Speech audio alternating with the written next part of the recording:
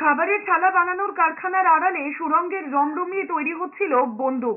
বিহারের তারাপুরে মাটির তলায় চেম্বারে এমন এক অস্ত্র কারখানার হদিশ পেয়েছে কলকাতা পুলিশের স্পেশাল টাস্ক ফোর্স। ঘটনায় দুই ব্যক্তিকে গ্রেফতার করেছে পুলিশ। ধৃত ব্যক্তিরা হলেন ওই কারখানার মালিক মোহাম্মদ মোনাজির হোসেন এবং তার শালক মোহাম্মদ নাসিম। ঘটনাস্থল থেকে উদ্ধার হয়েছে 6টি 7mm পিস্তলের যন্ত্রাংশ, 6টি পিস্তলের বাট এবং একটি লেদ মেশিন।